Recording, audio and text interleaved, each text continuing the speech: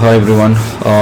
Sorry to just send you a message across this at this time, and I wanted to complete this particular topic of investment before the end of the term. So अभी हम क्या करेंगे? We will see investment.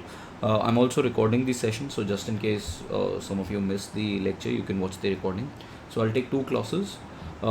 In the first part I will cover the first half of the chapter which is the most important part और उसके बाद second half में उसका application जो है इन्वेस्टमेंट का वो हम करेंगे. ठीक है, but this topic is very important from your examination point of view. It's a little technical in the initial part but then the last part is very easy. So do not leave this particular topic. It's a very easy topic in general if you understand it. So I'll just start the class in another 2 minutes. Just waiting for 3-4 more students to come and then we can start. Vanchika, can you just ask your class to join in quickly so that we can start? Otherwise, if they can't join, they can watch the. Okay, folks, let's start now. So as I told you, we'll be covering investment. I'll just share my screen and then you can watch it. So if you see this chapter, this is chapter number 14 जो हमें करना है और उसके अंदर हमें investment के बारे में बात करनी है. अब let's first understand investment. और so इन्वेस्टमेंट को देखते हैं. अब अगर आप इन्वेस्टमेंट को देखोगे, हमने कंजम्पशन के बारे में क्या पढ़ा था? We understood regarding consumption that consumption is a very stable function. ठीक है, stable function in the sense कि आपकी इनकम ऊपर नीचे भी हो जाती है. Remember that data that we saw that अगर आपकी इनकम ऊपर नीचे भी हो जाती है तो आपकी कंजम्पशन जो है वो स्टिल रहती है. So consumption was very stable and also the fact that consumption is basically around 60 to 70% of your GDP. अगर हम इंडिया के बारे में बात करें तो इंडिया का GDP, I told you, comes from these 4 factors. You have consumption, you have investment, you have government consumption, you have consumption, government consumption मान लो इसको, and you have net exports. ये जो है ये आपका 60% ऑफ योर GDP है. ये 10% of GDP है. टोटल जो है 70% of your GDP is actually coming from the consumption side. 10% government, 60% private consumption. और कंजम्पशन जो है वो it's extremely stable. It doesn't change. और उसके बारे में हमने बहुत सारी बात करी कि कंजम्पशन क्यों स्टेबल होती है. कंजम्पशन जो होती है वो हमारी परमानेंट इनकम के ऊपर बेस्ड होती है. एंड ट्रांजिटरी कंजम्पशन जो होती है that is unstable. So we talked about a lot of that. यहाँ हम बात करने वाले हैं about investment. Now investment as compared to consumption is a much more volatile function. You will see that the investment function goes up and down और वो GDP को भी ऊपर और नीचे ले जाता है कई बार. So this is extremely important and we will understand why consumption is so volatile. ये हम समझेंगे और उसके अंदर समझेंगे कि there is a concept called as stock and flow. consumption investment के अंदर there is something called as stock and there is something called as flow. जब आप टिपिकली कंजम्पशन के बारे में जब आप इन्वेस्टमेंट के बारे में बात करते हो you are talking about the flow का. ये है आपकी इन्वेस्टमेंट. और जब आप स्टॉक के बारे में बात करते हो तो there is something called capital stock. Now let me give you an example before even starting the lecture. Excuse me. Now if you see this just a second guys. Now if you see this you will see that let's take the example जो आपके readings के अंदर ही पड़ा हुआ है. This is kind of a bathtub. ठीक है, ये बाथटब है और यहाँ पर आपका ये एक नलका लगा हुआ है. दिस इज़ योर टैप जिसके अंदर से वाटर आ रहा है. Now if you see bathtub की कैपेसिटी जो होती है वो कितनी ज़्यादा होती है. बाथटब की अगर आप कैपेसिटी देखोगे तो it's huge as compare to, ये तो बहुत ज़्यादा बड़ी है as compare to the water that is dripping out of that tap. तो दिस ये जो बाथटब में वाटर है इसको हम कह सकते हैं कि ये एग्जिस्टिंग कैपिटल स्टॉक है. तो what is this existing capital stock? इसको आप बोल सकते हो कि एग्जिस्टिंग से अगर हम हाउसिंग के एग्जाम्पल लें तो ये एग्जिस्टिंग घर जो इकोनॉमी के अंदर बने हुए हैं, एग्जिस्टिंग होम्स जो इकोनॉमी के अंदर वो हैं. नहीं तो वैसे एग्जाम्पल लो तो एग्जिस्टिंग प्लांट, एग्जिस्टिंग मशीनरी जितनी भी इकोनॉमी के अंदर वो सारा एग्जिस्टिंग कैपिटल आपके हैं. एज़ कम्पेयर टू दैट जो नई चीज़ ऐड हो रही है हर साल वो तो बहुत ही कम है. आप सोचो कि कितना कम पानी आ रहा है from the tap as compared to कि बाथ टब के अंदर कितना पानी है। और जितना जितना बड़ा बाथटब होता रहेगा, जितना बाथटब में पानी भरता रहेगा, as a percentage of that नल का जो पानी है वो कम होता जाएगा। Suppose let's take the example कि सपोज आपके पास एक जग ऑफ वाटर है, ठीक है, एक जग ऑफ वाटर है और एक ये छोटा सा ग्लास है। तो ये जग ऑफ वाटर जो आपके पास है, इसकी कैपेसिटी जो है वो मान लो 10 लीटर है। अभी इसके अंदर सिर्फ से 2 लीटर भरा हुआ है, और आपका जो ग्लास है ये 200 ml का ग्लास है, ठीक है। Now if you pour this 200 ml glass, ये जो 200 ml ग्लास है ये 2 लीटर का तो 10% है।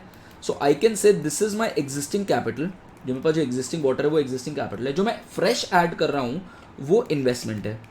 And this right now this investment is what, this investment is 10% of my existing capital. ये समझ में आया example? Yes, no folks? There is something called reactions on Google Meet. ये समझ में आया कि what I'm trying to talk कि existing जो आपके पास the bucket that you have is basically 10 litre का bucket है, उसमें 2 लीटर पानी भरा हुआ है, ठीक है। This is 2 liters of water that you have already filled and you are pouring a new glass into it. वो ग्लास कितना है? वो glass is 200 ml and this water that is right now filled in the bucket is 2 liters. So that's basically you are adding 10% investment to the existing 2 liters that you have. Now let's add to this. Suppose ये जो bucket है ये अब हो जाती है से 10 litres की, पूरा 10 लीटर्स या सपोज से 4 लीटर्स भी कर लेते हैं, ठीक है। अब 4 लीटर्स है, अब 4 लीटर्स के अंदर आप सेम 200 ml डाल रहे हो। नाउ कैन यू सी कि एज कंपेयर टू पहले तो वो 10% डाल रहे थे, अब तो आप सिर्फ और सिर्फ 5% डाल रहे हो, और यही आप 8 लीटर कर दोगे तो ये आप 2.5% डाल रहे होगे। So as compared to, so investment is a very minuscule part. Investment जो है वो चेंज इन कैपिटल स्टॉक है। इन्वेस्टमेंट को हम बोलते हैं, investment is nothing but change in capital stock, ठीक है। कि कितनी आपने machinery, plant and machinery add करी, उसको हम बोलते हैं चेंज इन कैपिटल स्टॉक, ठीक है। नाउ लेट्स टेक, और ये सिर्फ बाय द वे सिर्फ फिजिकल नहीं होता, ये ह्यूमन भी हो सकता है। Late me give you an example of human capital. जब आप कॉलेज में आए थे तो आपका जो दिमाग का लेवल था वो बिल्कुल नीचे था, बिल्कुल नीचे। आपको सिर्फ क्लास 12 तक का जो जितना सामान पता था आपको वो पता है, वो आपका एबिलिटी तो यहाँ तक हो सकती है। बट कॉलेज में हम धीरे धीरे पढ़ा के हमने आपको ये ऐड करा, ये ऐड किया, तो ये आपका एग्जिस्टिंग स्टॉक था। We started pouring more and more water into it, more and more information into it, और उसके बाद जब यहाँ तक भर जाएगा तो आपको बहुत ज़्यादा नॉलेज हो जाएगी, तो आपको कॉलेज से हो सकता है एक क्लास से कोई ज़्यादा फायदा ना हो, तो आपको चाहिए होगा कि अच्छा ठीक है, माई एग्जिस्टिंग स्टॉक जो मैं नया चीज़ पढ़ रहा हूँ that is not adding much value to my existing stock, and based on that you will think कि अच्छा मुझे अब और कौन सा कोर्स करना चाहिए। So it is not just regarding physical capital. when we say capital actually comprises of physical capital, ठीक है, एंड ह्यूमन कैपिटल। और ये बहुत इंपॉर्टेंट है क्योंकि आगे जाके डेवलपमेंट इकोनॉमिक्स में आप पढ़ोगे कि ये ह्यूमन कैपिटल भी बहुत इंपॉर्टेंट चीज़ है। इंटरनेशनल इकोनॉमिक्स में पढ़ोगे, डेवलपमेंट इकोनॉमिक्स में पढ़ोगे, why is this human capital, जो आप अपने स्किल्स में आजकल अभी इन्वेस्ट कर रहे हो। या तो आप प्लांट एंड मशीनरी में इन्वेस्ट कर सकते हो, आप तो आपके पेरेंट्स आपको फैक्ट्री खोल के दे सकते हैं।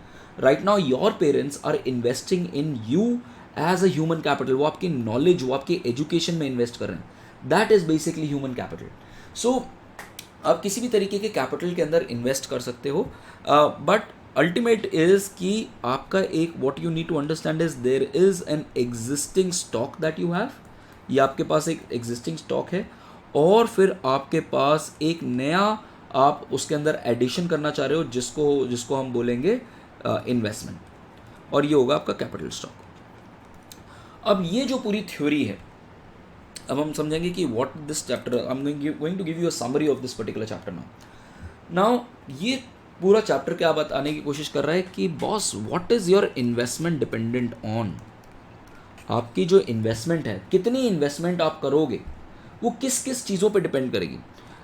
It should depend on, ideally अगर आपको आपसे मैं पूछूं कि किस किस चीज़ों पे डिपेंड करेगी, it should depend on what, it should depend on कि आपका अभी स्टॉक कितना है. सपोज आपके शू की एक फैक्ट्री है या खाने की फैक्ट्री है, पेस्ट्री बनाते हो आप, ठीक है, या मिठाई की शॉप है, ठीक है, तो आप कितना इन्वेस्ट करोगे अपने बिजनेस के अंदर डिपेंड करता है कि आपके पास एग्जिस्टिंग प्लांट एंड मशीनरी कितनी है. अगर आपकी डिमांड बहुत ज़्यादा है तो आप कहोगे कि हाँ मुझे और प्लांट एंड मशीनरी चाहिए. आप शूज़ की फैक्ट्री है तो आप कहोगे कि हाँ मेरे शूज़ बड़ी जल्दी बिक जाते हैं, I want more plant and machinery for that, I need more chefs for that. So existing capital पे डिपेंड करेगा. और किस चीज़ पे डिपेंड कर सकता है, सोचो, just type it out or you can unmute yourself, maybe I can just send you, हाँ you can turn on your microphone as well. और किस चीज़ पे डिपेंड कर सकता है, सोचो, दिमाग लगाओ. You can type it out as well. आपको इन्वेस्टमेंट करनी है अपने बिजनेस के अंदर, किस चीज़ के अंदर इन्वेस्ट करोगे. या अगर आप बोलो कि क्लास 12th के बाद आपने पढ़ाई क्यों करी, तो आपने कहा कि मेरी पढ़ाई जो है वो क्लास 12 तक की थी. अब आप आगे इन्वेस्ट कर रहे हो, किस किस चीज़ों पे डिपेंड करेगा, तो ह्यूमन कैपिटल पे भी ले आ सकते हो. Come on guys, then we are going to make a theory out of it. Now ये चीज़ डिपेंड करेगी रेट ऑफ इंटरेस्ट के ऊपर भी, कि what will be the rate of interest, कि इंटरेस्ट रेट यस रिया, कि आप अगर पैसा लगा रहे हो, पैसा मार्केट से बोरो करोगे ना, जब बोरो करोगे तो rate of interest, don't you think कि rate of interest will depend. फिर आपका जो प्रॉफिट है उसके ऊपर टैक्स कितना है, टैक्सेशन पे डिपेंड करेगा, ठीक है. फिर सपोज मैं सपोज कुछ क्लासेस खोलता हूँ अब मेरे पास ऑप्शन है कि मैं किस तरीके का इन्वेस्टमेंट करूँ. मैं कंप्यूटर में इन्वेस्टमेंट करूँ कि मैं से लैंड में इन्वेस्टमेंट करूँ. तो कई इन्वेस्टमेंट जो होंगी वो आपको रिटर्न कई साल देगी, कई इन्वेस्टमेंट जो होगी रिटर्न आपको कुछ साल देंगे. अगर मैं आज के डेट में मैं लेटेस्ट आईफोन खरीद लेता हूँ, आईफोन 15 भी ले लेता हूँ प्रो मैक्स, इससे महंगा तो फ़ोन मार्केट में नहीं है. मैंने ये 2 लाख रुपए का फ़ोन ले लिया, इसकी इस 2 लाख रुपए की क्या मैक्सिमम टाइम फ्रेम है, 5 साल, उससे ज़्यादा नहीं चलेगा. क्योंकि 5 साल में ये टेक्नोलॉजी आउटवेयर हो जाएगी, कोई नया आ जाएगा, आईफोन 20 आ जाएगा, तब तक कुछ और नई चीज़ आ जाएगी, एआई ऑन फोन्स आ जाएंगे. दैट मीन्स ये फ़ोन डिप्रिशिएट कर रहा है हर साल जो है डिप्रिशिएट कर रहा है. सो डिप्रिसिएशन पे भी इम्पैक्ट पड़ेगा आपको. देन आपका आउटपुट कैसा है, अगर आपकी कंट्री का फ्यूचर अच्छा है, अगर आपको लगता है कि आपकी कंट्री ज़्यादा ग्रो करेगी, तो उस पर भी डिपेंड करेगा कि आपकी जीडीपी कितनी है. तो बहुत सारे फैक्टर्स हम देखेंगे जो जाके डिटरमिन करेंगे कि कंट्री के अंदर, या कोई भी इन्वेस्टर, आप बिजनेस के बारे में बात करो, रेजिडेंशियल के बारे में बात करो, फिक्स इन्वेस्टमेंट के बारे में बात करो, कोई भी फैक्टर, चाहे वो गवर्नमेंट हो, इंडिविजुअल हो, बिजनेस हो, रेजिडेंशियल इन्वेस्टमेंट हो, इन्वेंट्री इन्वेस्टमेंट हो, हर कोई जब इन्वेस्ट करता है तो वो कुछ चीज़ें देखता है before investing. And this chapter kind of explains you what are the philosophies behind which investment happens. समझ में आया कि हम ये सारे फैक्टर्स को कंसिडर करेंगे, फिर देखेंगे कि अच्छा इन्वेस्टमेंट होगी कितनी और कितनी पेस पे होगी.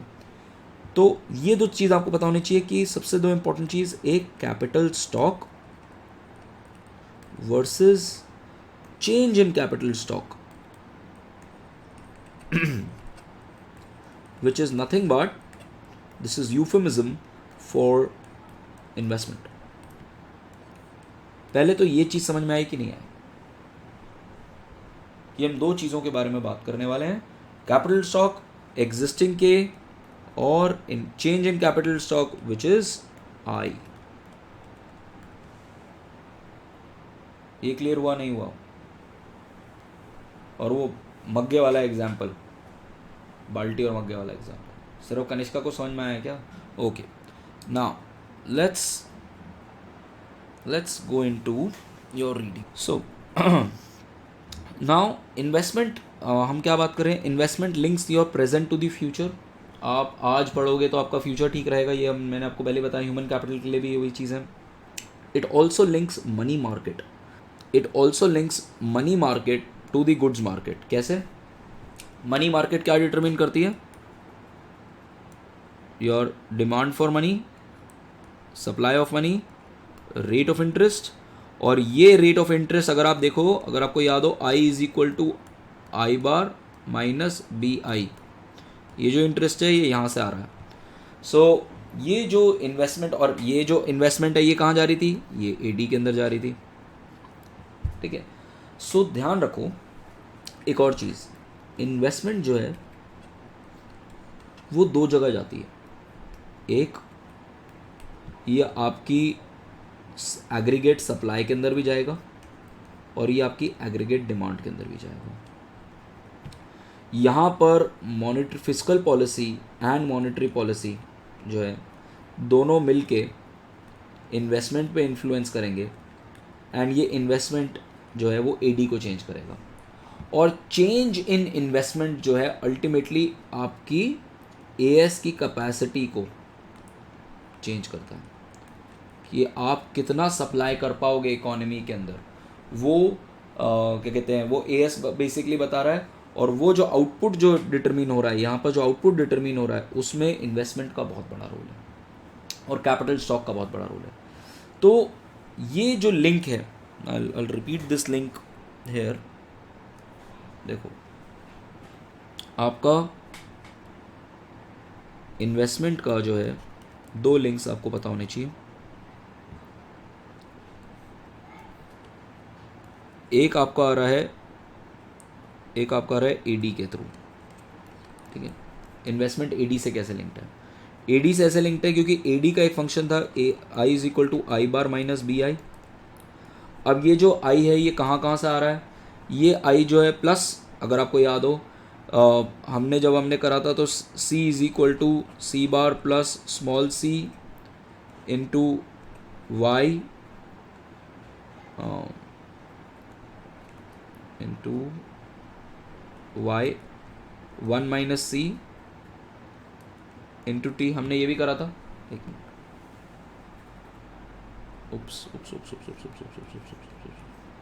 हाँ, y is equal to C bar plus small C into Y d था, ठीक है।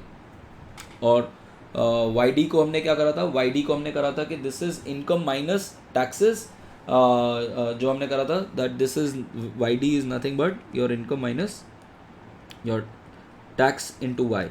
तो इस तरीके से हमने इसको डिफाइन किया था।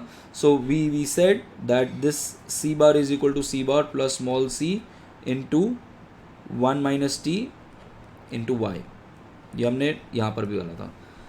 तो अब जो है आपका जो आपकी इन्वेस्टमेंट है, अब वो रेट ऑफ इंटरेस्ट पे भी डिपेंड करता है, ठीक है। एडी जो है वो आपके टैक्सेस पे भी डिपेंड कर रहा है, टैक्सेस भी चेंज कर रहे हैं एडी को, इन्वेस्टमेंट रेट भी चेंज कर रहा है और रेट ऑफ इंटरेस्ट भी चेंज कर रहा है। और यहाँ पर क्या है, यहाँ पर fiscal policy and monetary policy rate of interest को चेंज कर रही है, फिस्कल पॉलिसी जो है वो टैक्सेस को भी चेंज कर सकती है जिसकी वजह से एडी को चेंज कर सकती है, और रेट ऑफ इंटरेस्ट को भी चेंज कर सकती है जिसकी वजह से, या इन्वेस्टमेंट सब्सिडी दे सकती है जिसकी वजह से एडी इम्पैक्ट हो सकता है। सो इन्वेस्टमेंट जो है वो एडी को तो डायरेक्टली इम्पैक्ट करता है, बट एएस के केस में भी इम्पॉर्टेंट है क्योंकि एग्रीगेट सप्लाई जो है वो वाई पे डिपेंडेंट है और वाई जो है वो कैपिटल पे डिपेंडेंट है। अगर आपको याद हो y इज इक्वल टू, ये हमने पहले भी पढ़ा था, y is equal to function of labour and capital, याद है? ये आपने माइक्रो इकोनॉमिक्स में भी पढ़ा था, और ये हमने अभी जब फिलिप्स कर्व वाला वो पढ़ा था तो मैंने आपको ये वाला फंक्शन भी बताया था कि फंक्शन y का जो ये इस पे, दैट मीन्स ये जो k है ये y को डिटरमिन कर रहा है, आउटपुट को डिटरमिन कर रहा है, और k को कौन डिटरमिन कर रहा है? k is being determine by the level of investment, कि इन्वेस्टमेंट कितना है, क्योंकि हर साल आप इन्वेस्टमेंट ऐड करोगे तो वो k ऐड हो रहा होगा। सो इस तरीके से इन्वेस्टमेंट जो है it is impacting both AS curve and AD curve, but AD curve पे इम्पैक्ट जो है वो वॉलेटाइल है एंड इमीडिएट है एंड मेजर इम्पैक्ट है। एएस के ऊपर लॉन्ग रन पे इम्पैक्ट है, क्योंकि वो धीरे धीरे याद है वो पानी का टब, धीरे धीरे भरते रहोगे तो आपका लेवल इंक्रीज होता रहेगा। तो इन्वेस्टमेंट जो है इन दोनों चीज़ों पे डिपेंड करेगी, और हम जो समझेंगे वो समझेंगे कि फिस्कल पॉलिसी और मॉनेटरी पॉलिसी ये कैसे इन्वेस्टमेंट को डिटरमिन करती है। ठीक है, now let's move to this. Now, investment function is very volatile. It is responsible for much of the fluctuations in the GDP across business cycle, जो मैंने आपको बताया था। Investment spending primarily linked through interest rates, जो मैंने आपको बताया कि I is equal to I bar minus b i, and therefore monetary policy can effect the economy. आपका ISLM चेंज होगा, ये लो ISLM चेंज कर दो तो उसकी वजह से आपका आपने LM चेंज कर दिया, आपका इंटरेस्ट रेट चेंज हो गया, इंटरेस्ट रेट चेंज हो गया, इन्वेस्टमेंट चेंज होगी, affect the economy. Tax policies are also affecting investment, कि टैक्स रेट कम है तो उसकी वजह से इन्वेस्टमेंट ज़्यादा हो जाएगा। जैसे for example there is something called, आपने सब आपको टैक्स किसी चीज़ कोई चीज़ की कम करनी है आपको। सपोज़ आप चाहते हो कि कंट्री के अंदर ज़्यादा लोग ये ना करें, गेम्स ना खेलें, ठीक है, या ज़्यादा लोग ये क्या कहते हैं पैकेज फूड जो है वो आप ज़्यादा नहीं चाहते, पैकेज फूड और ये जो चिप्स वगैरह हैं ये आप ज़्यादा नहीं चाहते। तो केरला जैसी गवर्नमेंट ने क्या किया, केरला जैसी गवर्नमेंट ने एक नया टैक्स निकाला which is called as sin tax. Sin मतलब होता है पाप। तो पाप का टैक्स लगाया कि कोई भी आइटम जिसके अंदर ज़्यादा शुगर होगा, ज़्यादा फैट होगा, उसके ऊपर टैक्स कर लगा दूंगा, उसकी वजह से उसके अंदर उस फील्ड के अंदर इन्वेस्टमेंट कम हो जाएगी। तो आप इसीलिए टिपिकली कई चीज़ों में आप ज़्यादा टैक्स लगाते हो because you want lesser consumption and lesser at times lesser investment, but it is not necessary कि उसकी वजह से लेसर इन्वेस्टमेंट हो जाएगा, ठीक है।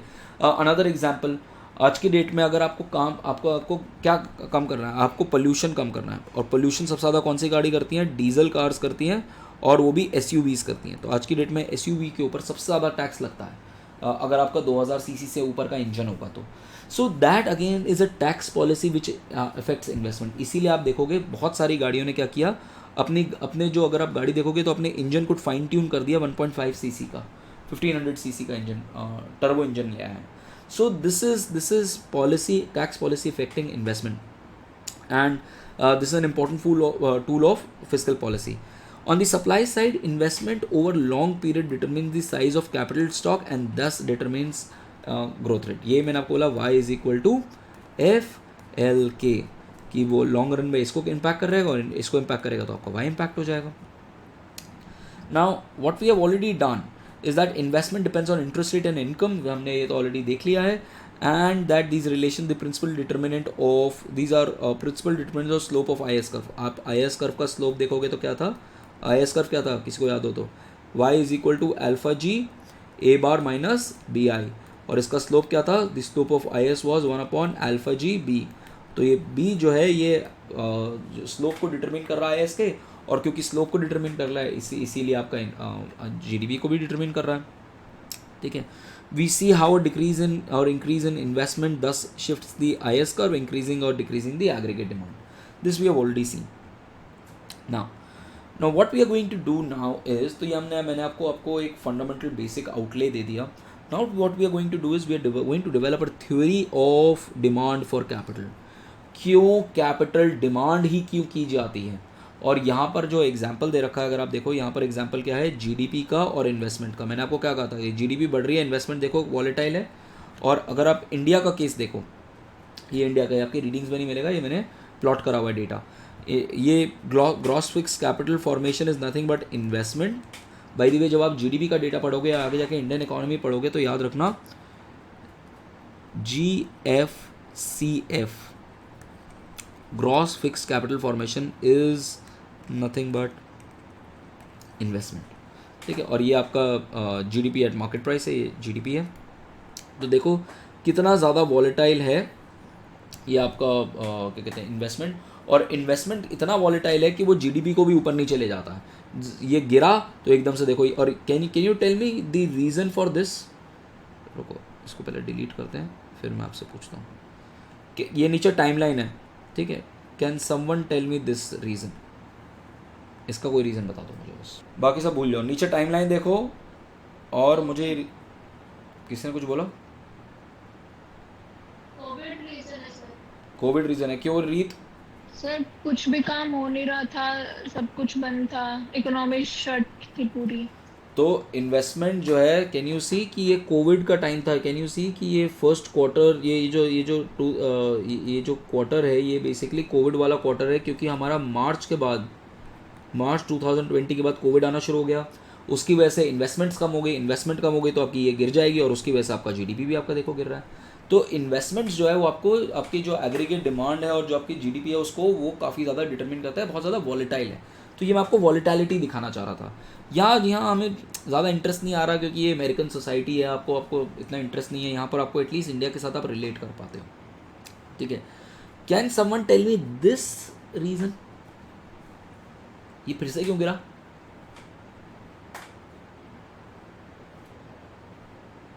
कोविड के बाद से इंक्रीज हो गया, अब नीचे टाइमलाइन देखो और ये बताओ कि ये फिर से क्यों गया। कोई तो दिमाग लगा सकता है।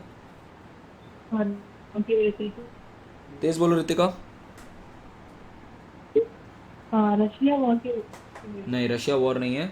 Russia war could have been a reason, that's a good, that's a valid thing, but it's not Russia war actually. और कुछ 2021, कम ऑन गाइस। अरे Covid, I am giving you a hint again, Covid. Sir import और export कम हो गया है। नोप, hint दे तो रहा हूँ, कोविड है।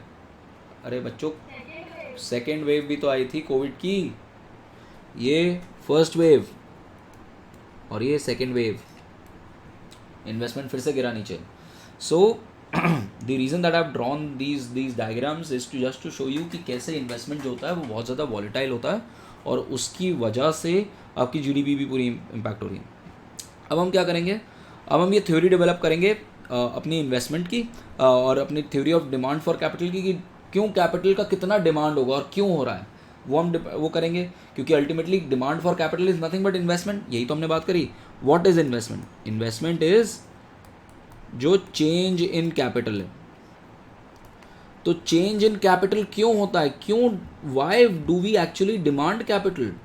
डिमांड ऑफ कैपिटल ऊपर नीचे क्यों होती है वो हम समझने की कोशिश करते हैं, उसकी हम थ्योरी बनाएंगे। और जब हम थ्योरी बना लेंगे तो उसके बाद क्या करेंगे, उसके बाद जब नेक्स्ट क्लास के अंदर हम बात करेंगे तो हम उस थ्योरी को अप्लाई करेंगे बिजनेस फिक्स कैपिटल में, रेजिडेंशियल इन्वेस्टमेंट में और इन्वेंट्री इन्वेस्टमेंट में। Now first of all you should understand that flow of investment is quite small as compared to stock of capital. तो आपको investment is nothing like that small mug of water जो glass था, and stock of capital is जो वो बड़ी सी बाल्टी के अंदर 2 लीटर जो पानी पड़ा हुआ था, that is stock of capital, ठीक है ना। और यहीं पे वो एग्जाम्पल दे रखा है that bath water is playing the role of stock of capital and the flow from spigot to the is analogous to the flow of capital. Basically this is nothing but tap. So this is what they are saying.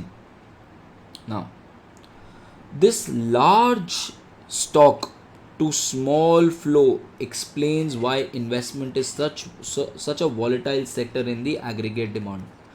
तो अब क्या है कि अगर आपको से आप कहते हो कि मेरा जो है, आप कहते हो कि मेरा ये 2 लीटर पानी है, ठीक है, 2 लीटर पानी है।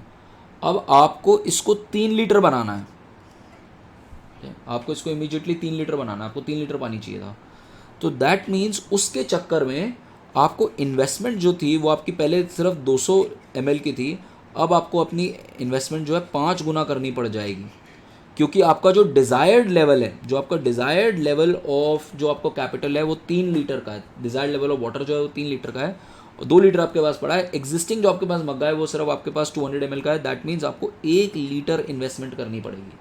तो ये जो है ये बेसिकली बता रहा है कि ये स्टॉक और फ्लो, तो अगर आपका अगर आपका स्टॉक छोटा है और आपको ज़्यादा बड़ा स्टॉक चाहिए तो आपको बड़ा इन्वेस्टमेंट करना पड़ेगा, तो वॉलेटाइल हो गया। और यही अगर आपके पास बहुत ज़्यादा है तो आपको बहुत छोटा करना पड़ेगा।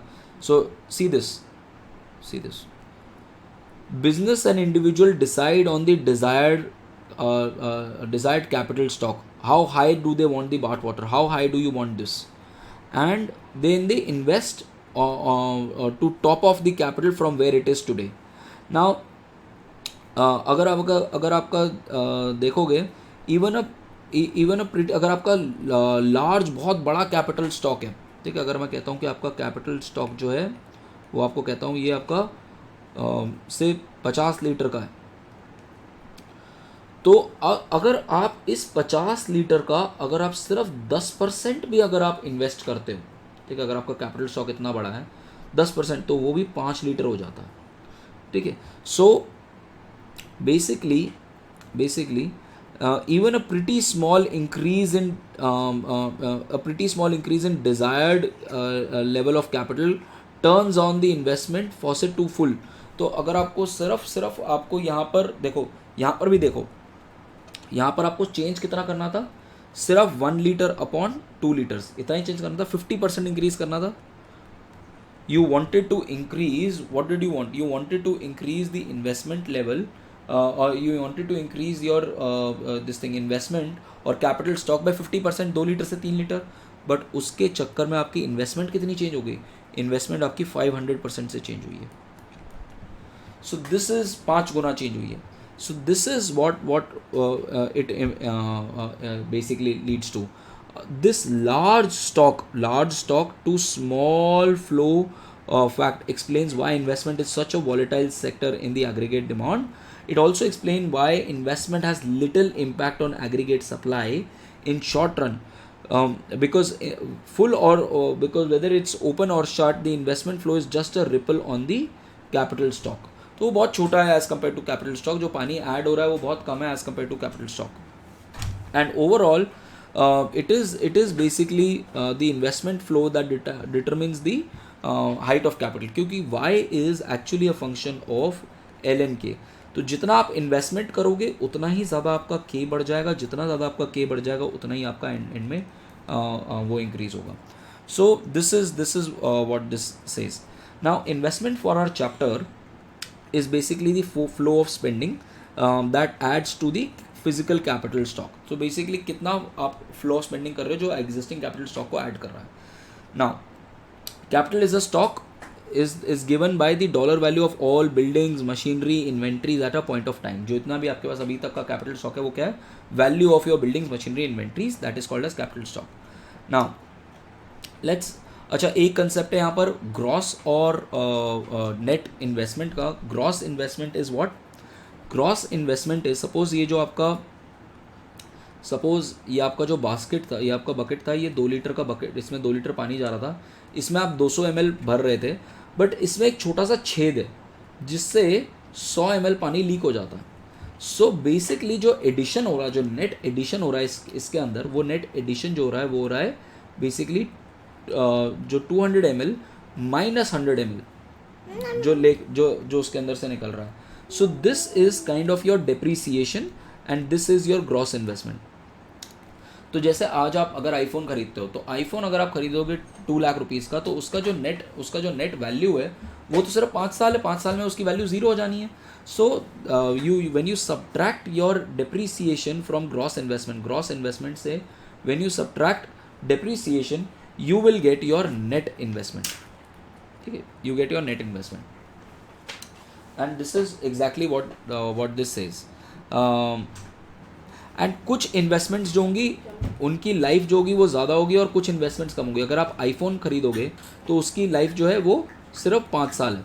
ठीक है, सपोज़ आप खरीदते कोई ऐसी चीज़ से आप कोई बड़ी चीज़ खरीदते हो, या आप कोई जगह रेंट पे खरीद लेते हो 2 लाख रुपए की, या अगर आपको कोई घर ही खरीद लिया या छोटा सा ऑफिस खरीद लिया 2 लाख रुपए का कहीं पे. ये जो कंसेप्ट है ये बहुत इंपॉर्टेंट है कि आप जो है किस चीज़ के अंदर इन्वेस्ट कर रहे हो. आप हो सकता है एक प्रोडक्टिव एसेट के अंदर इन्वेस्ट कर दो. जैसे फॉर एग्जांपल आपके पास 12th के बाद आपके पेरेंट्स ने आपको 5 लाख रुपए दिए. Now you can use that 5 lakh rupees to invest in your education, और you can buy a laptop and an iPhone, और हो गए 5 लाख रुपए पूरे. So it depends on where you are investing, how you are spending your money. कुछ capital goods आपको long term में investment देंगे. जैसे अगर आपने कंप्यूटर्स में इन्वेस्ट किया तो वो शॉर्ट टर्म है, क्योंकि कंप्यूटर्स की लाइफ 5-6 साल ही है as compare to larger stock of capital stock जो हो सकता है जो आपको ज़्यादा टाइम तक आपको वो देगा. देन अब हम बात करते हैं ये stock demand, the stock demand for capital and the flow of investment, कि आपको कितना कैपिटल चाहिए उसके हम बारे में बात करने वाले हैं. that how much capital do you require and what are the factors that determine how much capital do you require, and then what is the flow of investment.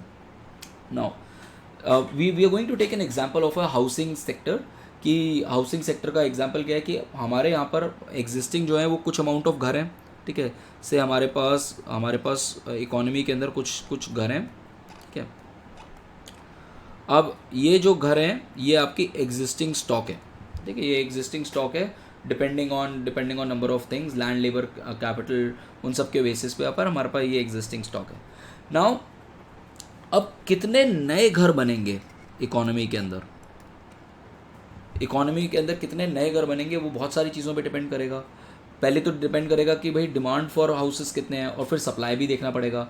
अब ये जो घर बनाने के लिए, सबसे पहले तो घर बनाने के लिए आपको लेबर चाहिए, आपको कारपेंटर चाहिए, आपको वो चाहिए, वो तो फिक्स्ड ही है, इमीडिएटली तो बढ़ नहीं जाएगा ये चीज़। तो ये भी ध्यान रखना कि आपको नई कैपिटल ऐड भी करनी है तो वो इमीडिएटली नहीं होगी, नई कैपिटल धीरे धीरे होगी। सपोज आज सबको मैं 10-10 लाख रुपए दे देता हूँ या 50-50 लाख रुपए सरकार दे देती है और कहती है घर बना लो इससे, ये घर खरीद लो इससे, तो इमीडिएटली तो ऐसा नहीं होगा कि आज घर नहीं बने हुए हैं अब आगे जाके घर बन जाएंगे। पहले क्या होगा, इन एग्जिस्टिंग घरों की प्राइस बढ़ेगी क्योंकि सबके पास पैसे हैं, सारे चाहते हैं कि भाई बेटर घर में जाऊँ, मैं भी कहूँगा कि मैं बेटर घर में जाना चाहता हूँ।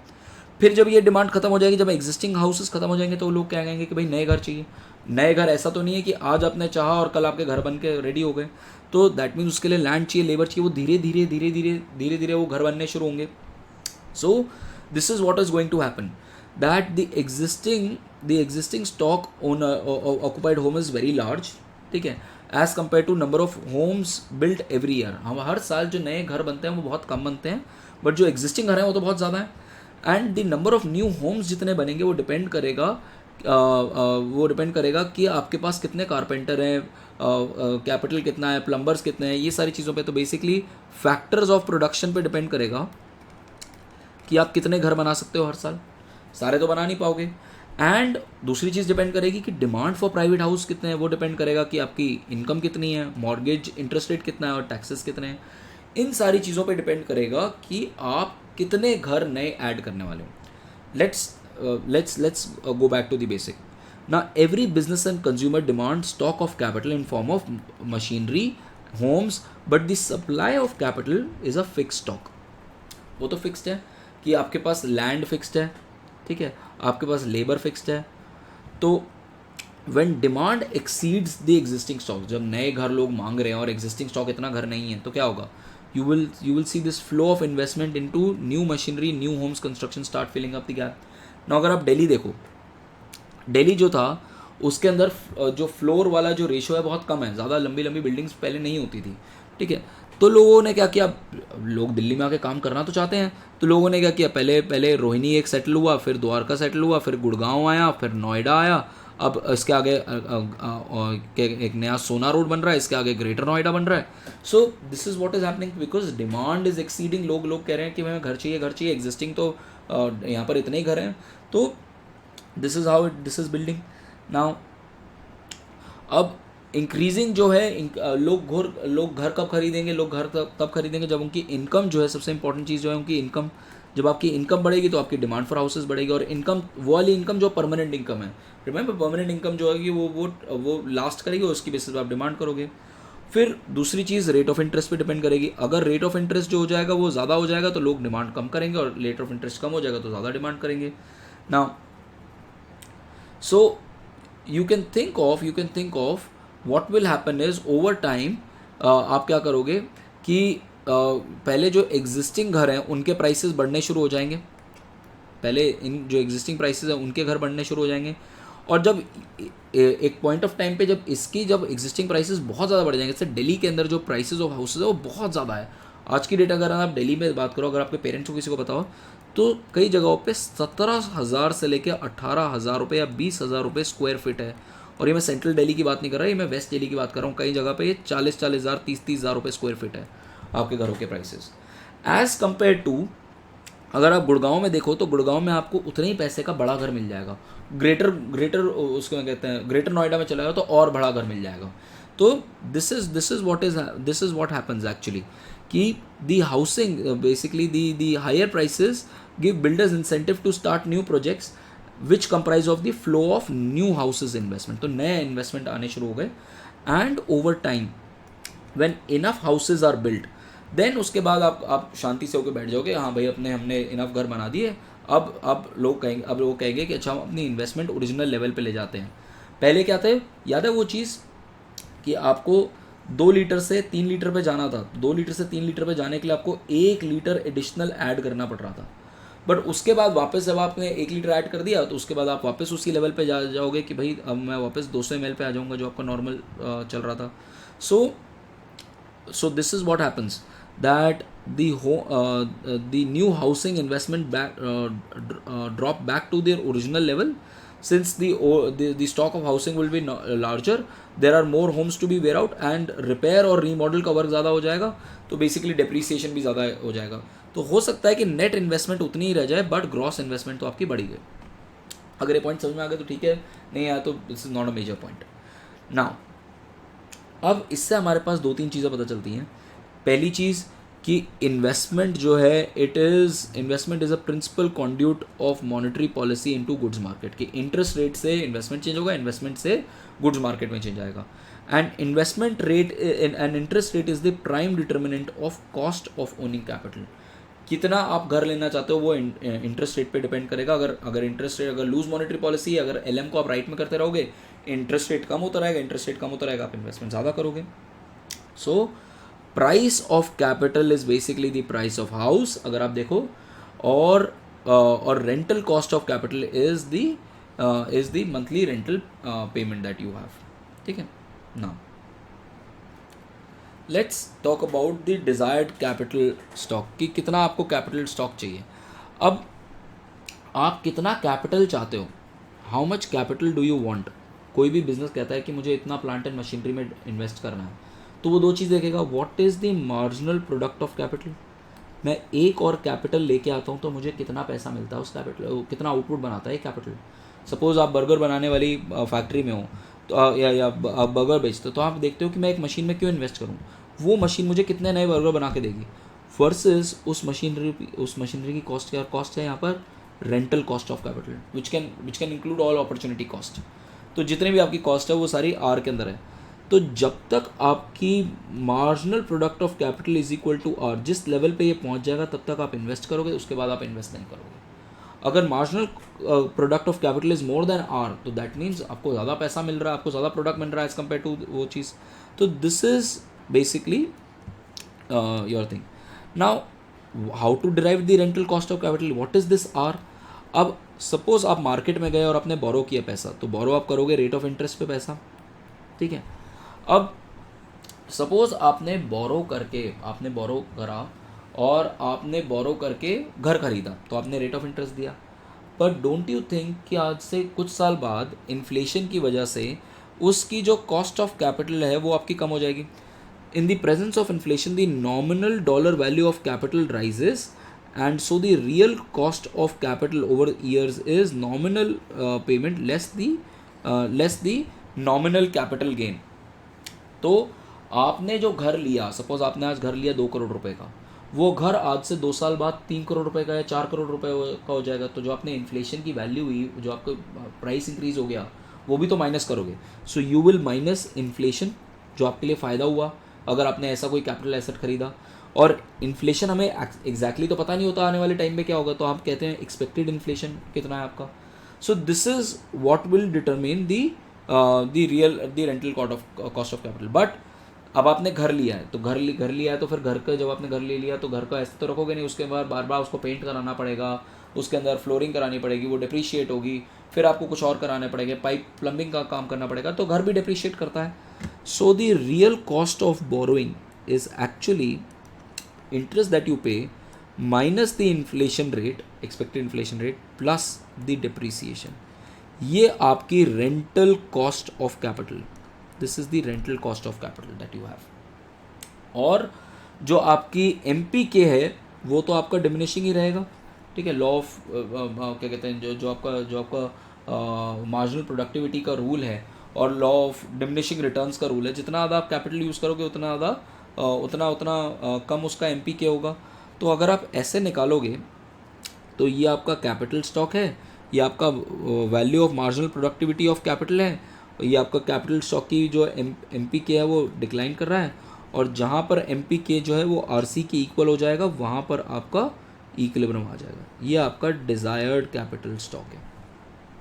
और अगर आपका क्या कहते हैं, सपोज आपका रेंटल कॉस्ट ऑफ कैपिटल बढ़ जाता है. रेंटल कॉस्ट ऑफ कैपिटल किस चीज़ से बढ़ सकता है? It is I minus inflation plus D.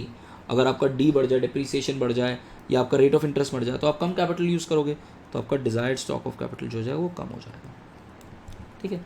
So this is what this says.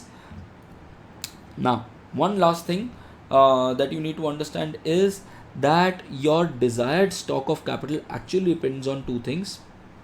One is your ये जो आपका रेंटल कॉस्ट ऑफ कैपिटल है, और दूसरा जो है आपका जीडीपी का साइज़, जो आपका आउटपुट का साइज़ है. अगर आपका आउटपुट का साइज़ ज़्यादा है तो आपको ज़्यादा कैपिटल चाहिए. सपोज मुझे ज़्यादा इकॉनमी जो है वो ज़्यादा बढ़ रही है. अगर इकॉनमी ज़्यादा बढ़ रही है तो मुझे ज़्यादा घर भी चाहिए होंगे. तो दिस इज़ जो आपका कैपिटल डिज़ायर्ड कैपिटल स्टॉक है वो आपके आउटपुट के ऊपर डिपेंड करेगा. अगर आपकी कंपनी ज़्यादा तेज़ी से ग्रो कर रही है, अगर आपकी कंपनी की ग्रोथ बहुत ज़्यादा तेज़ है तो आपको ज़्यादा कैपिटल चाहिए. सो ये जो है आपका जो डिज़ायर्ड कैपिटल स्टॉक है वो वाई के साथ पॉजिटिवली लिंक्ड है. जितना ज़्यादा आपका आउटपुट होगा, जितना ज़्यादा कंट्री का जीडीपी होगा, उतना ज़्यादा आपको डिज़ायर्ड स्टॉक ऑफ कैपिटल चाहिए, और जितना ज़्यादा आरसी होगा उतना कम आपको डिज़ायर्ड स्टॉक ऑफ कैपिटल चाहिए, क्योंकि cost of capital has increased. और अगर आपका अगर आपका वाई इंक्रीज़ हो जाए, अगर आपका जीडीपी इंक्रीज़ हो जाए, तो उसकी वजह से आपका डिज़ायर्ड स्टॉक ऑफ कैपिटल जो हो जाएगा वो भी बढ़ जाएगा, क्योंकि आपको ज़्यादा कैपिटल चाहिए आपको. देन एक्सपेक्टेड आउटपुट कहाँ गया. अब पॉइंट इज ये आउटपुट होना चाहिए कि एक्सपेक्टेड आउटपुट होना चाहिए. क्योंकि देखो अभी तो हम क्या सोच रहे हैं, मुझे देखना है कि मेरी कंपनी की ग्रोथ, मेरी शू की फैक्ट्री है, मैं कह रहा हूँ कि मुझे कितना कैपिटल चाहिए होगा 2025 में. 2025 में कितना कैपिटल चाहिए होगा वो डिपेंड करेगा कि 2025 के अंदर मैं अपना आउटपुट जो है वो कितना एक्सपेक्ट कर रहा हूँ, कि मेरी कंपनी कितनी बड़ी होगी, मेरे कंपनी का सामान कितना बिकेगा, मेरी कंपनी में स्टॉक कितना बढ़ेगा, उस चीज़ पे मेरा वो कितना होगा, उस चीज़ पे डिपेंड करेगा कि मैं कितना कैपिटल 2025 में लाना चाहता हूँ. और इस पे तो डिपेंड करेगा ही करेगा ऑफ कोर्स, क्या कहते हैं, आरसी पे तो डिपेंड करेगा. और आरसी किस चीज़ पे डिपेंडेंट है, आरसी डिपेंडेंट है i minus inflation, expected inflation plus depreciation rate पे. तो डिज़ायर्ड कैपिटल जो है वो अब दो चीज़ों पे डिपेंड कर रहा है, expected output and I minus inflation, expected inflation plus depreciation. तो एक्सपेक्टेड आउटपुट पे डिपेंड करेगा. बट एक्सपेक्टेड आउटपुट जो होते हैं इन केस ऑफ से शू फैक्ट्री तो 1 साल की हो सकती है. सपोज आप पावर प्लांट, या सपोज आप कहते हो कि मैं न्यूक्लियर पावर प्लांट बना रही हूँ. न्यूक्लियर पावर प्लांट अगर आप आज बनाना शुरू करोगे, उसका आउटपुट जो है वो 20-25 साल बाद मिलेगा. 20 साल लगते हैं न्यूक्लियर पावर प्लांट बनाने में. तो कई बार आपका जो आउटपुट है वो बहुत साल आगे चल के चलता है. तो therefore that same notion of permanent income या फिर परमानेंट आउटपुट ऑल्सो एग्जिस्ट, कि अगर आपका परमानेंट आउटपुट, अगर demand for capital depends on normal और परमानेंट लेवल ऑफ आउटपुट. आपको पता होना चाहिए कि आगे जाके ओवरऑल लाइफ में मेरा कितना आउटपुट लगेगा, उस हिसाब से आप इन्वेस्ट करोगे. तो जैसे आपको अभी से पता है कि 2050 में इंडिया की एनर्जी डिमांड कितनी होगी. आज की डेट में एनर्जी डिमांड है, 2050 में इससे ज़्यादा एनर्जी डिमांड होगी. अगर 2050 में एनर्जी डिमांड होगी, उस हिसाब से आज आप इन्वेस्टमेंट करोगे. जैसा हमने कहा था ना, आप पूरी लाइफ की पहले आप इनकम देखोगे और पूरी लाइफ की इनकम देखने के बाद आप कंज्यूम करना शुरू करोगे. ऐसे ही यहाँ पर भी है, पूरी लाइफ के आप अपना पूरा देखोगे कि अच्छा मुझे 2050 में कितना आउटपुट चाहिए होगा, उस हिसाब से आज मुझे कितना इन्वेस्टमेंट करना है. So that is basically your investment. और बाकी दो चीज़ें क्या थी, बाकी दो चीज़ें थी कि अब हमारे पास टैक्सेस का हमने रोल अभी तक कंसिडर नहीं किया था और इन्वेस्टमेंट का रोल कंसिडर नहीं किया था. Now in addition to interest rate and depreciation, जो रेंटल कॉस्ट ऑफ कैपिटल है, अभी तक हमने रेंटल कॉस्ट ऑफ कैपिटल क्या बताया, i minus this plus d. But rental cost of capital दो चीज़ों पे और डिपेंड करता है एक्चुअली में. वो करता है टैक्स रेट पे. अगर आपका टैक्स रेट ज़्यादा है तो आपकी टैक्सेशन ज़्यादा है, अगर आपका टैक्सेशन ज़्यादा है तो आप कम इन्वेस्ट करोगे. और सब्सिडी पे, जिसको इन्वेस्टमेंट क्रेडिट बोलते हैं. ऐसे आपने अगर सुना हो प्रोडक्शन लिंक्ड इंसेंटिव, आज की डेट में हम सोलर एनर्जी के ऊपर, इलेक्ट्रिकल व्हीकल्स के ऊपर, ईवी कार्स के ऊपर, आज की डेट में हम डोमेस्टिकली प्रोड्यूस मोबाइल फ़ोन्स के ऊपर, इन सब पे हम सब्सिडी देते हैं. हम चाहते हैं कि इंडिया के अंदर बने ये सारी की सारी चीज़ें. तो हम ज़्यादा चाह रहे हैं कि मैन्युफैक्चर जो है वो इंडिया में, के ड्रोन्स के ऊपर हम चाहते हैं मैन्युफैक्चरर्स इंडिया आके बनाए, हम उनको सब्सिडी देंगे. तो उसमें आप इन्वेस्टमेंट को ड्रॉ कर रहे हो अपनी कंट्री की तरफ थ्रू सब्सिडीज़. तो second tool of investment tax policy is investment tax credit which is nothing but subsidy. और जितनी ज़्यादा investment tax credit reduces the price of capital for a firm, and जो टैक्सेस है that increases. Higher corporate tax increases the higher cost of capital. अब last चीज़ जो हमें करनी है वो हमें करनी है कि effects of fiscal policy and monetary policy on the desired stock of capital. तो अभी हमने क्या कहा, हमारा जो डिजायर्ड स्टॉक ऑफ कैपिटल है किस किस चीज़ों पे डिपेंडेंट है. हमने कहा कि एक एक्सपेक्टेड आउटपुट पे पहले तो आपको पता होना चाहिए K star is some g function of r c and Y e. तो वाई ई है, आर सी पे डिपेंड करता है स्टॉक, और आर सी किस किस चीज़ों पे डिपेंड करता है, टैक्सेस पे डिपेंड कर रहा है, सब्सिडीज़ पे डिपेंड कर रहा है. टैक्सेस बढ़ेंगे तो टैक्सेस बढ़ेंगे तो कॉस्ट ऑफ कैपिटल बढ़ जाएगा, सब्सिडीज़ बढ़ेंगे तो कॉस्ट ऑफ कैपिटल कम हो जाएगा, और इंटरेस्ट रेट पे डिपेंड कर रहा है, और ये इन्फ्लेशन पे डिपेंड कर रहा है, और ये डिप्रिसिएशन पे डिपेंड कर रहा है. ये 5 चीज़ों पे ये चीज़ डिपेंड कर रही है. हमने ये 2 चीज़ें तो अभी सीख ली. अब फिस्कल पॉलिसी और मॉनेटरी पॉलिसी कैसे इम्पैक्ट करती है. अब बॉस फिस्कल पॉलिसी और मॉनेटरी पॉलिसी जो है इनमें से तो किसी चीज़ को इम्पैक्ट कर रही है. फॉर एग्जाम्पल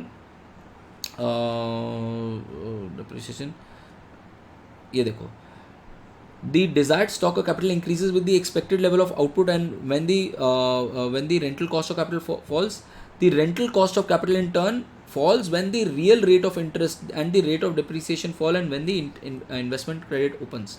तो अब कोई भी फैक्टर जो, अगर आपका टैक्स रेट कम हो रहा है, सब्सिडीज़ कम बढ़ रही हैं, या फिर आपका इंटरेस्ट रेट कम हो रहा है, इंटरेस्ट रेट कम किससे होगा, मॉनेटरी पॉलिसी से. आपका ये जो टैक्सेस और सब्सिडीज़ जो हैं ये फिस्कल पॉलिसी से इम्पैक्ट हो गई. ठीक है. और फिस्कल पॉलिसी का एक अलग इम्पैक्ट आ रहा है, क्योंकि फिस्कल पॉलिसी भी इंटरेस्ट रेट को इम्पैक्ट करती है. क्यों? क्योंकि अगर आपको ISLM याद हो तो ISLM में भी हमने कहा था कि अगर आप टैक्सेस भी चेंज करोगे या कुछ भी चेंज करोगे तो उसकी वजह से आपका इंटरेस्ट रेट भी चेंज होगा, और उस वहाँ से भी इम्पैक्ट आएगा. सो मेजर सिग्निफिकेंट इम्पैक्ट क्या है कि monetary and fiscal policy impact the desired stock of capital. Fiscal policy exerts through both corporate tax and investment tax credit. ठीक है. Fiscal policy also affects demand for capital in its overall position of the IS curve and thus on the interest rate. ये हमें already पता है. And monetary policy affects the capital by affecting the market interest rate. So ये चीज़ें हैं.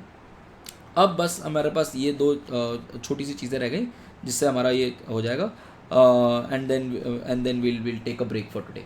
ठीक है. अब ये देखते हैं कि स्टॉक मार्केट और कॉस्ट ऑफ कैपिटल पे क्या रिलेशन, और ये बहुत इंपॉर्टेंट है. स्पेशली ये क्यू थ्योरी ऑफ इन्वेस्टमेंट बहुत ज़्यादा इंपॉर्टेंट है from your examination point of view. Now the point is कि ये जो अब जो आप कैपिटल रेज करना चाह रहे हो, आपको बेसिकली कैपिटल चाहिए ना, आपको पैसा चाहिए. आपको कैपिटल के लिए आप बोरो करना आप पहले क्या कर रहे थे, बैंक से बोरो कर रहे थे. अब बैंक से क्यों बोरो करते हो, देयर इज़ अनदर वे. जब बड़ी बड़ी कंपनीज को पैसा चाहिए होता है तो वो क्या करती हैं, वो IPO निकाल देती हैं. व्हाट इज IPO, किसी को पता है IPO? What is IPO? IPO से कैसे बोरो करोगे? एक तो मैं बैंक से बोरो कर रहा हूँ, IPO से कैसे बोरो कर रहा हूँ, इनिशियल पब्लिक ऑफर से कैसे बोरो कर रहा हूँ. नाउ मैं आज की डेट में अपनी कंपनी का 100% मालिक हूँ. I am 100% owner of my company. Now instead of being 100% owner, what I can do, and मुझे से 10 रुपये चाहिए और मेरी कंपनी की value is ₹100. I am 100% owner of my company. The value of my company is ₹100 and I want ₹10 of investment. Either I can go to the bank and borrow this ₹10, or I can say I can sell 10% of my company, जो Shark Tank में होता है, of my company for ₹10 and then borrow this. और जो बंदा वो 10 रुपये का शेयर खरीद रहा है, वो क्यों खरीद रहा है, उसको पता है कंपनी आगे जाके 200 रुपये की हो जाएगी, और जब 200 रुपये की हो जाएगी तो ये जो 10% का मेरा शेयर है ये एक्चुअली में कितना हो जाएगा, ये 10 रुपये का शेयर जो है, ये 10 रुपये जो है ये एक्चुअली में 20 रुपये बन जाएंगे मेरे पास. तो कंपनी अच्छा करेगी तो मुझे भी अच्छे पैसे मिलेंगे, प्लस मुझे प्रॉफिट का भी 10% मिलेगा. So this is the reason why this happens. So rather than borrowing, a firm can raise its financing needs to pay for its investment by selling its share or equity. And if the firm is successful increase in the market value of the share and the capital gain, तो ये इसीलिए वो बंदा भी खरीदना चाहता है. But when the share of the share price is very high, then the company can raise a lot of money by selling few shares. अब मान लो ये जो शेयर प्राइस है कंपनी का जो है वो ज़्यादा हो जाता है, तो अभी अगर 10 रुपये रेज़ करना है, मान लो ये जो है कंपनी का एकदम से प्राइस जो है स्टॉक मार्केट पे वो 200 रुपये हो जाता है. अब जब 200 रुपये हो जाता है और उसे चाहिए 10 रुपये, तो उसको सिर्फ 5% अपनी कंपनी का बेचना पड़ेगा. पहले 10% बेचना पड़ रहा था. तो अगर स्टॉक मार्केट बहुत अच्छी चल रही होती है तो कंपनीज़ को पता है कि उनको सिर्फ अपना कंपनी का 1%, 2%, आधा % बेचना और उसको खूब पैसा मार्केट से मिल जाएगा, जिससे वो कंपनी ग्रो कर सकती है. तो इसीलिए लोग स्टॉक मार्केट में आना चाहते हैं. They want contribution from public at large and which is cheaper than raising money from banks and other sources. So this is and people also want return. So this is the reason. So अब इसी चीज़ के ऊपर Q theory of investment है. Q theory of investment जो है वो Tobin Q ने दी थी, और उसी के लिए उनको जेम्स टॉबिन को नोबेल प्राइज़ मिला था. अब what this theory basically says it emphasizes the relationship between stock market and investment. अब stock को क्या है? Stock is nothing but the share price, the price of the share of the company is basically the price of claim on capital in a company. कि basically मतलब कितना आप capital own करते हो उस कंपनी का, यही तो बेसिकली वो है. अगर मैं 10% रिलायंस का अगर मेरे पास शेयर है तो मेरे पास 10% क्लेम है उस कंपनी के कैपिटल के ऊपर. नाउ अब when the share prices are high, then you can produce more and more the price of stock by producing more new capital and investing when the share prices are high. तो जब share का price high होगा तो उसका मतलब क्या हुआ? उसका मतलब मैं थोड़े से शेयर बेचूंगा, मैं शेयर्स बेचूंगा थोड़े से, उसकी वजह से मुझे नया कैपिटल मिलेगा और नए कैपिटल से मैं नया खूब सारा इन्वेस्टमेंट कर लूँगा, increase in investment.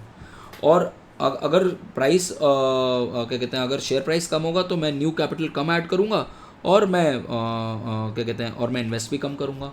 So share market और इन्वेस्टमेंट के बीच में एक पॉजिटिव रिलेशनशिप जो है वो टॉबिन क्यू बता रहा है. Now what is this Q? This Q is an estimate of value of stock, the value stock market places on firms' assets relative to the cost of producing their assets. So basically Q in terms of commerce is market to book ratio. Market to book ratio. Market में अदानी के stock का एक price जो है, या market में अदानी के जो सारे शेयर्स हैं उनको अगर प्राइस करो तो से आपने कहा 5 लाख रुपए, अदानी की पूरे मार्केट में शेयर्स की वैल्यू जो है वो 5 लाख रुपए की है.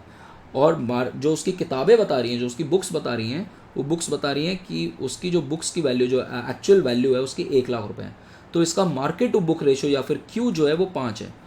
तो इसका ये मतलब है कि मार्केट उसके एसेट्स के ऊपर ज़्यादा वैल्यू करता है, उसकी स्टॉक मार्केट जो है उसके ऊपर बहुत ज़्यादा वैल्यू करता है एज़ कम्पेयर टू एसेट्स, क्योंकि market is very positive about it.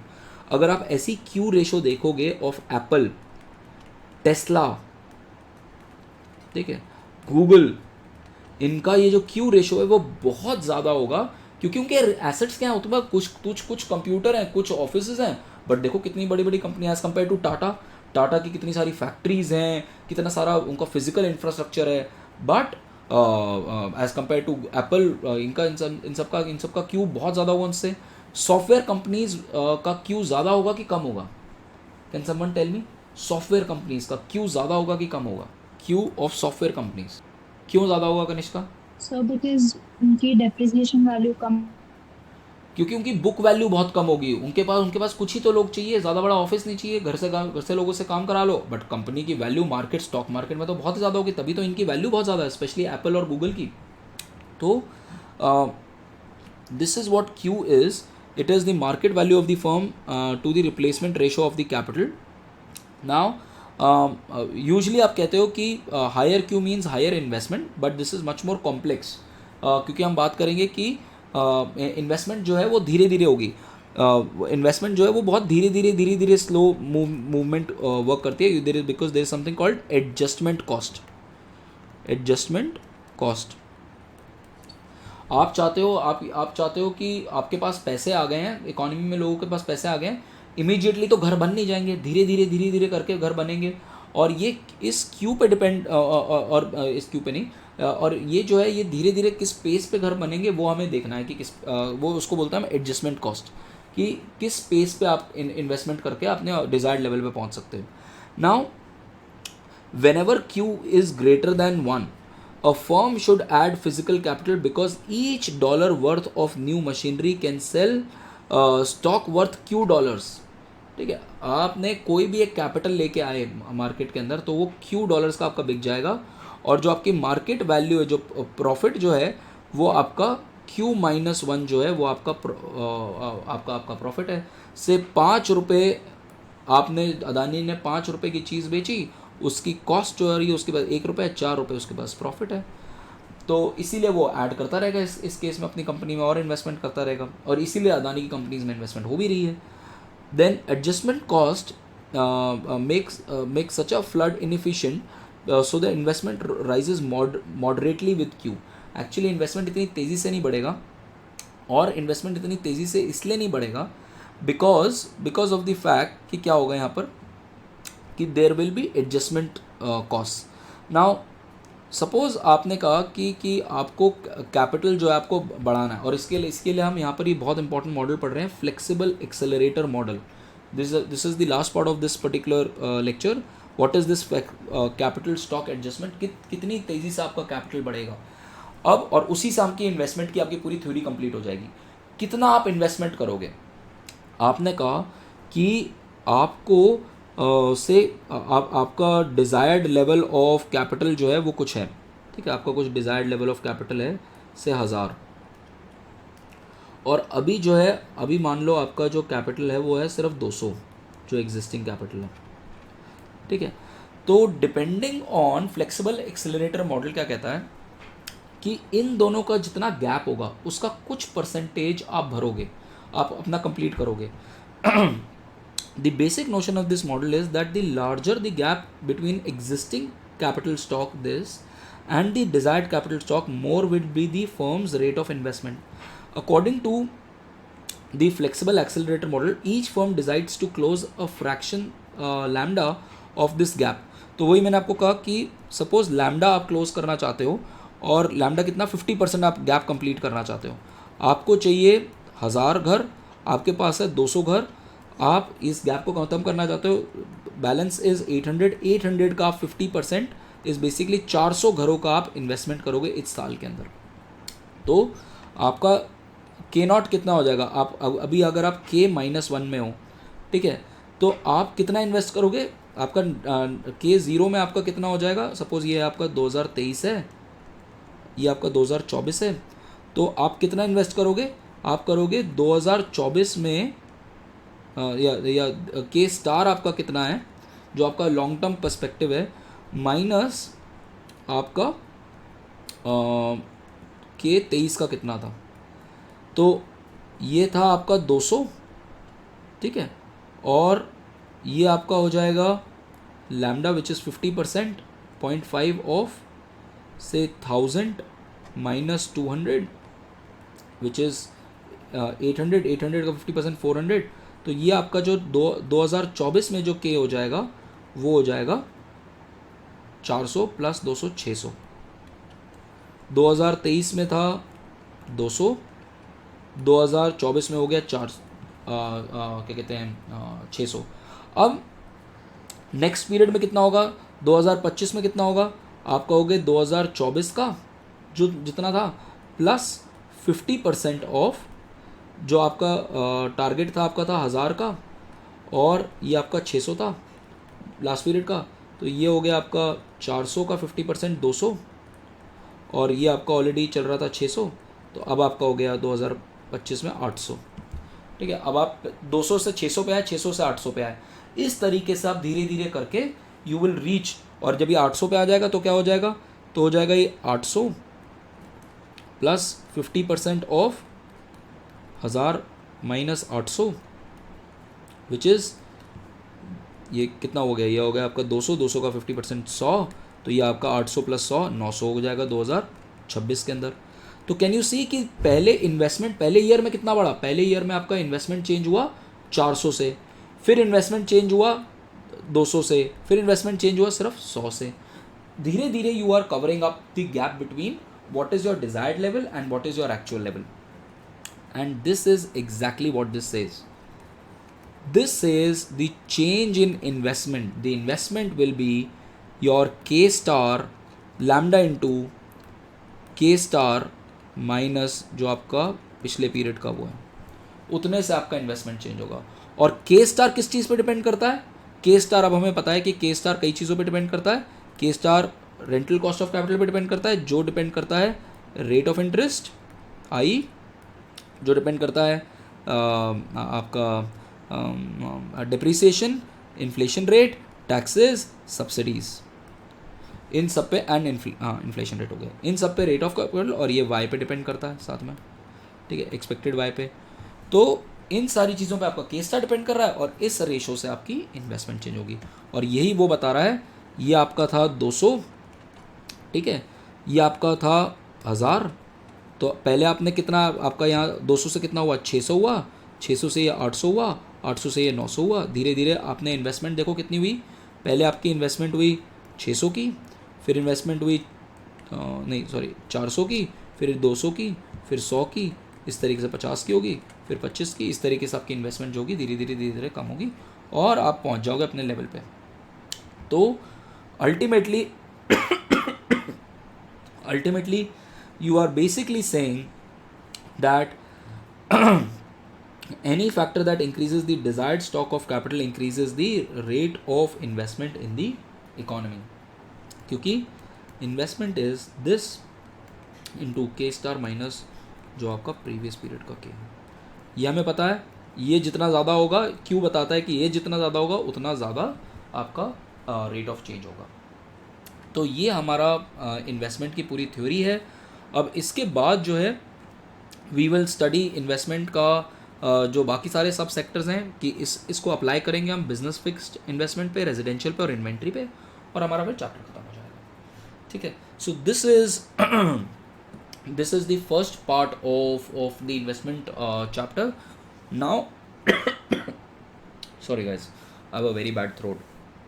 Now in the next class हम जो cover करेंगे, we will cover the second part and I'll upload it on YouTube as well. And other students who are studying it from other colleges, if you want these notes, I'll also send you these notes along with the handout. You can join the inter-college coordination group for BA program students of 2026 batch. ठीक है. So there is this batch, I am going to add all of you to this 2026 batch BA program. ठीक है, eco, ठीक है, eco students. So this is where all the notes will be for my class. I'll send you these notes. ठीक है. सो thank you very much. I will see you maybe tomorrow with respect to the last part of the chapter. ठीक है, चलो, okay guys, bye.